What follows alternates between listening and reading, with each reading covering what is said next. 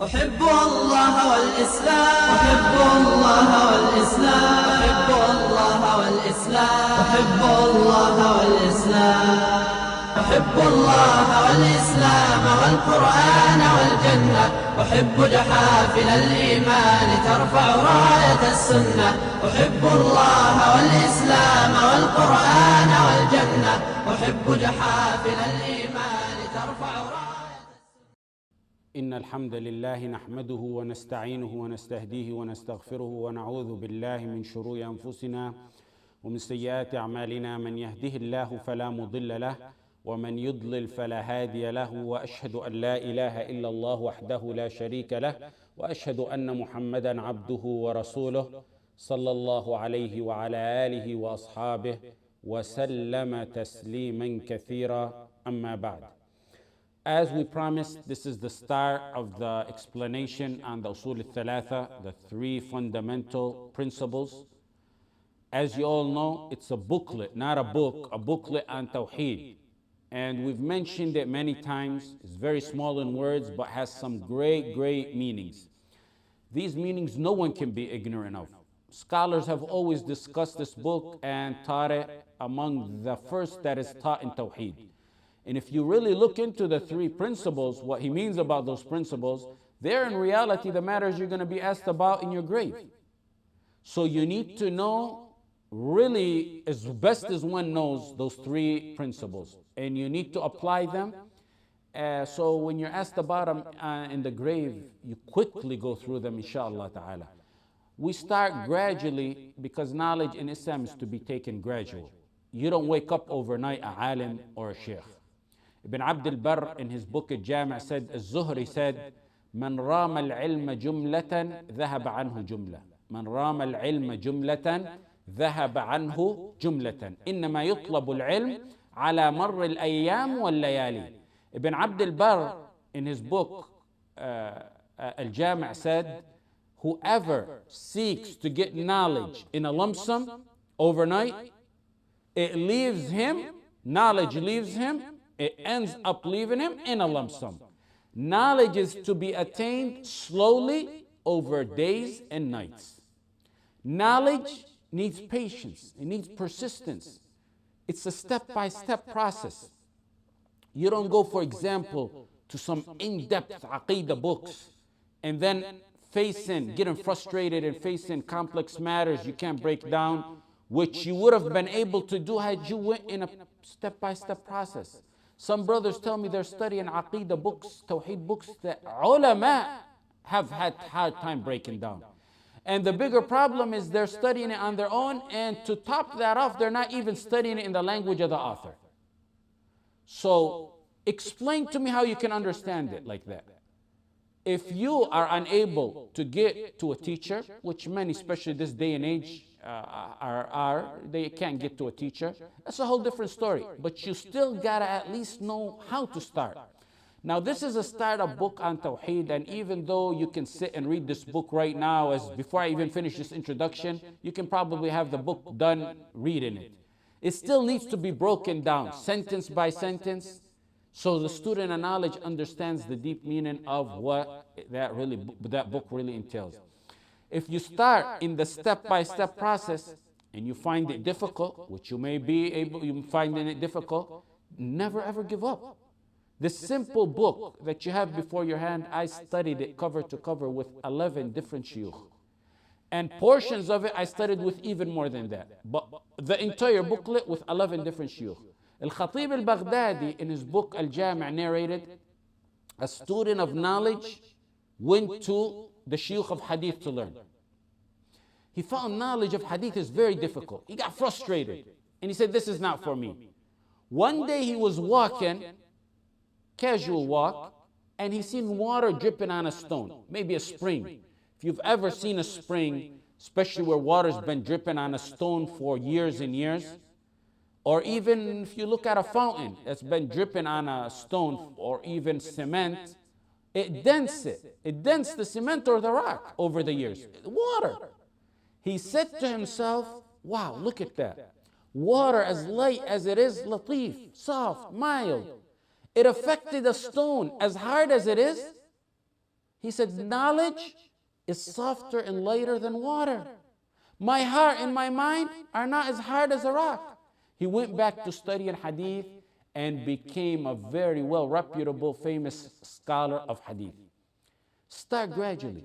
And as you go on, move patiently. Move up, move forward patiently. This is the start of the classical study we mentioned, and it's to create, I'm not going to say students of knowledge, inshallah, it's to create ulama. The other lectures we did, and we will continue to do, like the University of Yusuf, the Ultimate Pleasure, the Love and Fear series, the question and answers, they're informative, inspirational. There's definitely knowledge in them, but that's not what makes a alim. Those kind of lectures are not what kind of make a alim. If you hear a lecture here and there and attend a 2-day seminar, an event and trailer here and there, that's good. But if that's what makes a alim, then the whole ummah is ulama, because your fathers have been attending Jum'ah for about 15, 60 years. And they've been attending lectures between Maghrib and Isha for even more of a similar time. There's a structured study to becoming a student of knowledge and alim. There's uncountable number of benefits in studying Islam in the classical way. This is a step-by-step process that will encompass the Medina program, inshallah, and even more than that, bi'idhnihi ta'ala, if Allah blesses us to continue. The next issue. Many people, and I really say it with no exaggeration, alhamdulillah, from all over the world, they want to come and study with you, with us, especially from UK, Europe, parts of the US, and even some Arabic countries. And as you know, we don't have resources in a very well-established place to accommodate such a number of students yet. My father has taught me and done so throughout his career never to charge or take anything for da'wah, whether it may be a marriage or seminars or lectures or classes like this or even more than that. So you can study with us through the internet until Allah finds us a way out. Why I mention this is because many ask, is it the same as studying with you? Back in the day, the students of knowledge had 3 levels of studying. The first one is Samaa Mubashir, immediately learning from a Sheikh. Those who are attending, that's Samaa Mubashir. That's the best. The reward in itself for that is immense. Then you got the next one is Wasitah, between you and the Sheikh is a mediator. So if one of you goes and conveys this whole message to another person, that's Wasitah. You were the mediator between me and that person you taught. Some used to do that, especially businessmen or farmers, they used to do that. They would take turns in learning and teaching each other. The third one is Wijadah. Wijadah is to find a book written by a Sheikh and study it from it. Now, where does learning from, for example, from a Sheikh on YouTube come in? In my opinion, it's higher than number 2. It's a little bit higher than number 2 because you're not learning through a mediator. You're learning from the Sheikh, but you're learning possibly through the internet. And it's definitely not Wijadah. It's not taking a book and studying from it. So it's really between the number 1 and number 2. Through the internet, one can even interact these days through emails, or he can call the Sheikh that he's learning from. So in reality, it's become a notch under Samaa Mubashir. That's not to minimize going to a Sheikh. One should not resort to Wijadah or Wasitah or any other mean if he can find a direct Sheikh. If you find the righteous Sheikh you're able to, and he's in the end of the world, you pack your bags and go if you're able to go and learn from him. If Allah blesses us in the future, we can accommodate. We would love for everyone, inshallah, to join us. Learning from a Sheikh in person has its benefits also, like you see his private life, you see his manners, you see his attitude, you see his ibadah, you see how he reacts to things. My father, Jazallah khair, outside of the regular Medina curriculum when he sent me, he made sure to contact the major shuyukh of our time, many of them who are dead, and made sure that I study with them. The last one, for example, was Sheikh Muqbil that he wanted me to go attend, and I always used to make dua to learn from him. But I wasn't able to go to Yemen, in Sa'dah. He was kicked out of Saudi in the late 70s, and I wasn't able to go to Yemen. So subhanallah, in the year 2000, he came to Los Angeles, California to get medical treatment. I immediately headed there and stayed with him in his house Then suddenly in the middle of the treatment, it was Dhul Hijjah, so he decided to go to Mecca, make Hajj, and return. And when he went to Mecca, an article broke out in California, some newspaper, that Sheikh Muqbil, who's a radical, who's this and that, is in United States, how they let him in. So immediately the embassy in Saudi revoked his visa. And I say, inshallah, that was possibly from my dua, because right after, a few weeks later, he died, rahmatullahi alayh. So I think, inshallah, I always think of it and say, alhamdulillah, it might have been my dua that he came all the way from Yemen to LA for medical treatment. I learned from him, then he went back, and shortly thereafter he died.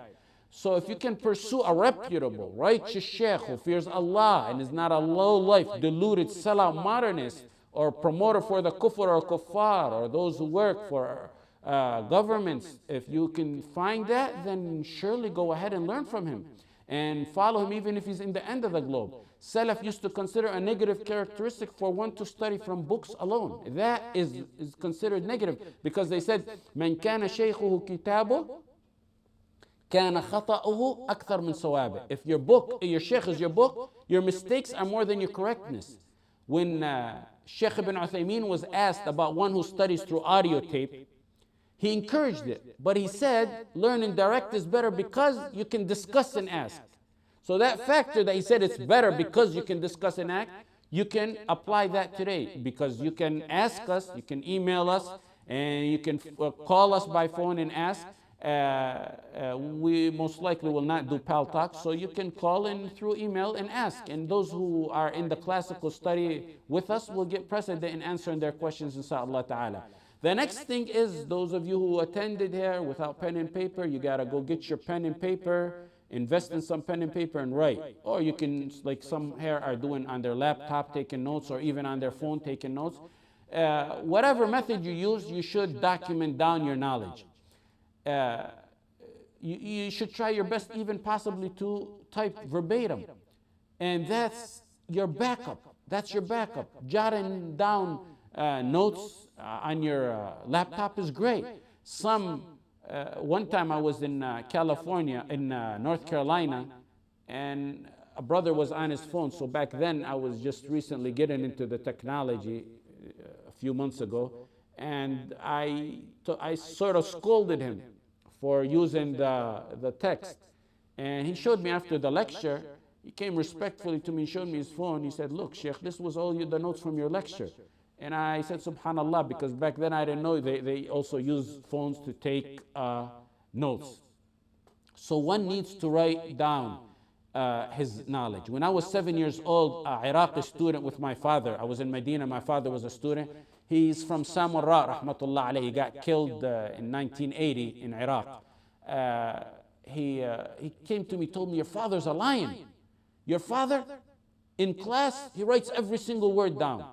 And then I used to notice my father in the haram, in his classes outside the university, where I seen him, he would write everything down and always have an audio record every single lecture. And we still have the tapes till today. So I took it upon myself to do the same. I never ever sat before a sheikh where I did not write every single thing he said. There's some exceptional things you don't write, or that you missed, but I tried my best to write verbatim everything. And in fact, I always refer to my notes that I took from Shiekh.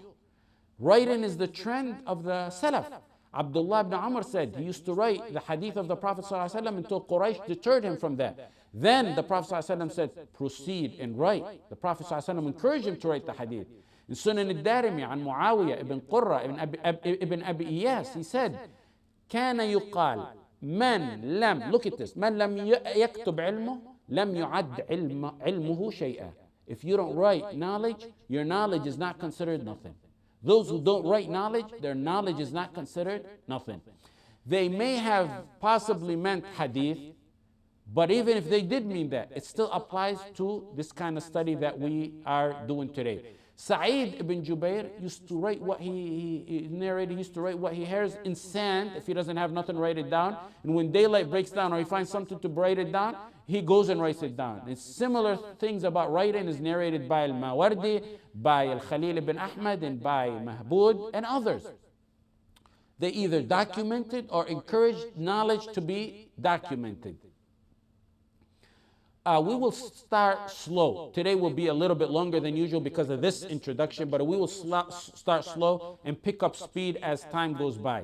And this is, like I said, first of our classical study style knowledge, inshallah. Everyone also should have a copy of this book. And now, alhamdulillah, these days you don't have to go out and buy it. You can go ahead on the internet and print it. I think it's about 5 pages or so in English, or close to that. To avoid confusion, before I start, the author starts with 4 matters. Before he gets to the 3 matters, he starts with an introduction of 4 matters. Then he goes and talks about the 3 matters, which is the core book. And then there's an ending and a conclusion at the end of the book that we will talk about, inshaAllah ta'ala. The book, like I said, is no more than 5 pages, but it has great, immense benefits. And we will take it by line, possibly even word by word. Today, we're only going to take Bismallah Ar-Rahman Ar-Rahim, or even, I don't think we're going to finish Bismillah Ar-Rahman Ar-Rahim, so we'll probably take Bismillah. He starts off with Bismillah, Basmallah. Bismillah is called the Basmallah.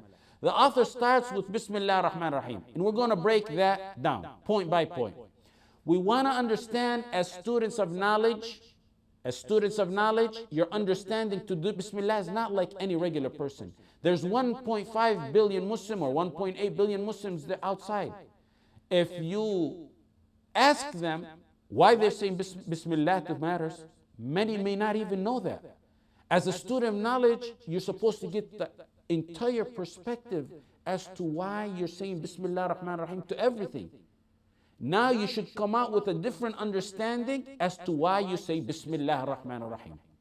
When you say Bismillah Ar-Rahman Ar-Rahim, you're exerting your entire tawheed to Allah in that matter that you're saying Bismillah to. It has all aspects of tawheed in it. You're saying, when you say Bismillah, you say, Bismillah, Allah permits me to do this.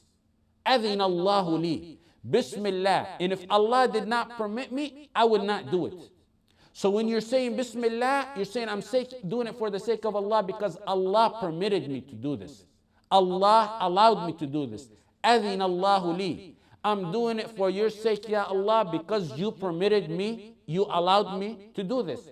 That's why you don't say Bismillah when you're committing a sin. May Allah guide us and protect us from that. But if someone, la samahallah, is drinking alcohol, they don't say Bismillah. You don't say Bismillah, because if you say Bismillah, you're actually getting 2 sins. You're saying Bismillah that Allah permitted you when Allah never permitted that, and you're getting the sin for drinking the alcohol. So you're getting 2 sins if you do say Bismillah.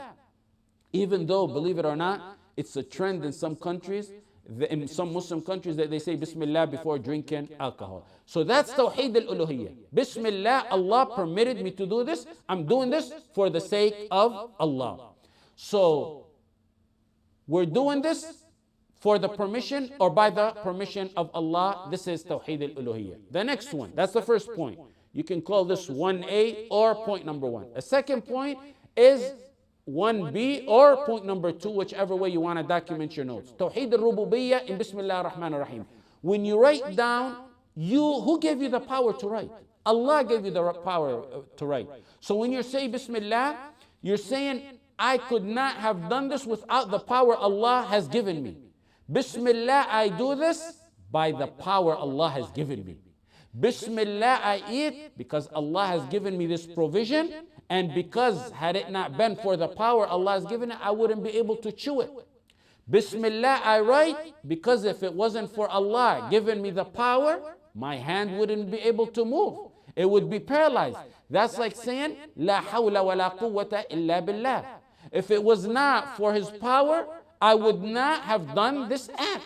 The power that Allah has given me to do this act. That's why Allah says, وَمَا بِكُم مِّن نِعْمَةٍ فَمِنَ اللَّهِ. Every provision you have is from Allah. So that's the second aspect. That's Taweed Al-rububiyyah. Third one is Taweed Al-asma' wa-sifat. You're seeking blessing by the name of Allah. Bismillah, you're using the name of Allah to bless whatever you're doing. So when you're using the name of Allah, and then following, which we'll take later on, Ar-Rahman Ar-Rahim, those are names and qualities and attributes of Allah that we will discuss, inshallah. Ar-Rahman Ar-Rahim we will discuss later. So you're using the name of Allah to bless the act you're doing. That's Taweed Al-asma' wa-sifat. That applies to any matter that you say Bismillah Ar-Rahman Ar-Rahim to. Any matter you say Bismillah to. Bismallah Ar-Rahman Ar-Rahim is called Basmallah. When I say Bismillah to eat or to final exam, for example, I say Bismillah to bless that matter, to bless the test that I'm taking. That's Asma wa Sifat. Allah gave me the power to eat or to write. That's Rububiyyah. I do this for the sake of Allah, by the permission of Allah. He permitted me to do this. It's halal, so I'm doing it. That's Taweed Al-uluhieh. And likewise, take it for everything else. You understand now? When you say Bismillah, now you're going to get a different perspective of what you used to say Bismillah before. Sometimes you're saying because you read a hadith to say it. Now you understand why you're saying it. Now let's take some linguistic notes on this matter. The ba in Bismillah is isti'ana and tawakkul. The ba, to seek help, independence on Allah. The grammatical rule in Arabic is al-jar wal-majroor fi al-basmala muta'alliqun bi-mahdhuf taqdiruhu fi'lun la'iqun bil-maqam. When you say Bismillah in Arabic, it automatically implies you're saying Bismillah I eat, Bismillah I drink, Bismillah I write. You don't have to say the act that you're saying Bismillah to it. You don't have to specify I drink, I eat, I write. The Arabic language eliminates the need to mention the act you're saying Bismillah to. It's automatically implied. So you don't have to say the word I eat. You don't have to say the word I drink. It's automatically implied in Bismillah. That's among the beauties of the Arabic language. When you eat and you say Bismillah, it's like saying Bismillah I eat, even though you don't tag on the word I eat. I want you to understand this fully. If you write it and you say Bismillah, it automatically means Bismillah I write. الجار والمجرور في البسملة متعلق بمحذوف تقديره فعل لائق بالمقام. That's the grammatical Arabic rule. Now we establish that rule. Every time I say Bismillah, it automatically means Bismillah I eat. It automatically means Bismillah I drink if I'm drinking. Bismillah I'm riding in my car. It always comes after the name of Allah. Note, I always said Bismillah I eat. I never said I eat Bismillah. There's a big difference. Why is it Bismillah I eat, not I eat Bismillah?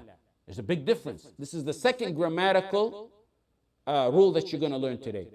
The scholars of Nahu said for two reasons. First of all, you start with Bismillah, the name of Allah comes first in the sentence. Bismillah, I eat, let the name of Allah come to bless it. Second is that slight change makes a huge difference. Because when you delay naming the act after, in Arabic grammar, by saying Bismillah I eat instead of saying I eat Bismillah, in essence, it limits your action solely for the sake of Allah. The grammatical rule is تأخير العامل يفيد الحصر. تأخير العامل يفيد الحصر. Bismillah I eat. I don't eat by any name other than your name. You limit it for the sake of Allah. Only for you, Allah, I write. That's the difference between saying Bismillah I eat and I eat Bismillah. Only for you, Ya Allah, I write. Only for you, Ya Allah, I drink for your sake. We take how we took so far how Basmallah encompasses the three tawheeds and then the two linguistic rules. And now that's 5 points we took all together. Now let's take the 6th point. Or you can number them. The first one, Taweed Al-uluhieh, Taweed Al-rububiyyah, Taweed Al-asma wa sifat. You can say A, B, C. And then the linguistic rules, A, B, 2, A, B. But all together we took 5 points. Now here, the next point, the 6th point is, why does he start with Bismillah? This is a matter of ibadah. And when you do ibadah, the burden of proof is on you to bring proof. You have to bring proof. When you're doing ibadah, the burden is on the one doing the ibadah to bring proof. Number one proof for that is he's following in accordance with the Qur'an. The Qur'an starts with Bismillah. He's starting to bless his work with Bismillah. There's 114 Bismillah Ar-Rahman Alrahim in the Qur'an. Even though there's 113 in the start of the surah, Tawbah doesn't have Bismillah Ar-Rahman Ar-Rahim, but in Surah Al-Naml, Innahu min Sulaiman wa innahu Bismillah Ar-Rahman Ar-Rahim, compensates for the one missing in Surah Al-Tawbah. Ibn Abbas said the Prophet ﷺ did not know the beginning and end of surah except by Bismillah Ar-Rahman Ar-Rahim. Secondly, the Prophet ﷺ used to write his letters and start them all off with Bismillah Ar-Rahman Ar-Rahim. In Bukhari, in Muslim, from Muhammad ﷺ to Hiraql, he started that letter Bismallah Ar-Rahman Alraheem. And then he said, peace be unto believe. Bismallah Ar-Rahman Alraheem min Muhammad Abdullah wa Rasul ila Haraqal Azim al-Rum. Assalamu ala man ittaba al-huda amma ba'd. In Sulh al-Hudaybiyah, when the Prophet ﷺ made a treaty with Quraysh, Suhail ibn Amr came to do the treaty with the Prophet ﷺ between him and Quraysh. He told Ali, Uktub Bismillah Ar-Rahman Ar-Rahim. He told Ali, start and write and say Bismillah Ar-Rahman Ar-Rahim. Az-Zuhri said, narrated a similar hadith like that. Ibn Hajar said it's the trend of the scholars and that which is settled upon that they always start their works with Bismillah Ar-Rahman Ar-Rahim. Abu Bakr did the same when he sent Anas ibn Malik to Bahrain, and he sent a letter with him. He sent it about sadaqah, and he sent it and he started it with Bismillah Ar-Rahman Ar-Rahim. Now we got proof from the Qur'an that the Qur'an started with it, the Prophet ﷺ's letters, Abu Bakr's letters, and there's a hadith, a alleged hadith, that any important matter which doesn't start with Bismillah Ar-Rahman Ar-Rahim is cut off from all good. Aqta. In another narration, Abtar. The hadith is narrated in Ibn Hibban and other books, and it's weak. It's weakened by Ibn Hajar, it's weakened by Suyuti al-Albani and other scholars. Some tried hard to authenticate it, but it's weak. Had that hadith been, that direct hadith and starting with Bismillah been authentic, we wouldn't have had to mention that the Quran starts with Bismillah and the Prophet ﷺ wrote his letters Bismillah and Abu Bakr wrote his letters Bismillah. That hadith would have been sufficient. But because the hadith is weak, we can't use it as proof, so we resorted to other proof to establish that saying Bismillah on matters like writing books is permissible. In fact, some scholars, like I said, tried very hard to authenticate the hadith, but it's really a weak hadith and it cannot be authenticated for many reasons that we don't want to get into right now. And in fact, there's an entire booklet on how the hadith is. Al-Aqawil al-Mufassala li Bayan Hadith al-Ibtida' bil-Basmallah for Sheikh al-Kittani, who died around 80 years ago, a famous scholar of hadith from Maghrib who died about 80 years ago. Rahmatullah alayhi. It's an entire booklet on that matter. So the next point is the blessing in Basmallah. We say Bismillah to bless whatever we say Bismillah on. Bismillah Ar-Rahman Ar-Rahim to bless whatever act you're doing. Islam encourages Basmallah in everything, every situation that you're into. When you're riding, Bismillah. وَقَالَ ارْكَبُوا فِيهَا Bismillah. And he said, ride in it. Nuh told his people, ارْكَبُوا فِيهَا Bismillah. And when sacrificing, فَكُلُوا مِمَّا ذُكِرَ اسْمُ اللَّهِ عَلَيْهِ, eat from that which Allah's name has been mentioned on. Surah Al-An'am. When eating and drinking, in Bukhari and Muslim, Umar ibn Abi Salama said that the Prophet ﷺ told him, سَمِّ اللَّهِ وَكُلْ بِيَمِينِكَ وَكُلْ مِمَّا يَلِيكَ. Even in relationship with your wife, with your spouse, Bismillah, Allahumma jannibna shaitan wa jannib shaitan ma razaqtana. When you're turning the lights off, when you're closing a bottle, Jabir ibn Abdullah in Bukhari and Muslim said, the Prophet ﷺ said, close your bottle with the name of Allah. Turn your light off with the name of, turn your light off. Imagine this, with the name of Allah, with Bismillah. Get used to mentioning the name of Allah and everything for your barakah in your life. That's one of the reasons blessing has been, barakah, the blessing has been taken out of our lives. When they resort to materialistic means, we resort to Allah for our barakah. Bismillah is your means to get barakah from Allah in everything. Bismillah is your means to get in barakah from Allah in everything you do if you say Bismillah. If you get Allah on your side for barakah, what else do you need? وَلَوْ أَنَّ أَهْلَ الْقُرَىٰ آمَنُوا وَاتَّقَوْا لَفَتَحْنَا عَلَيْهِمْ بَرَكَاتٍ مِّنَ السَّمَاءِ وَالْأَرْضِ. If the people of the towns had believed and had they had taqwa, آمَنُوا وَاتَّقَوْا لَفَتَحْنَا, certainly we would have opened for them blessings from the heavens and the earth. Allah will open for you blessings from the heaven and the earth. Just say Bismillah. Barakah is the blessing from Allah. If you ever wonder why there's no blessing in our time these days, or in our food, or in our sleep, or in our recitation of the Qur'an, ask yourself, have you been saying Allah's name? And have you been saying it from your heart, knowing its meaning? After you listen to this glimpse today, you come in with an entirely different perspective on Basmallah, inshallah.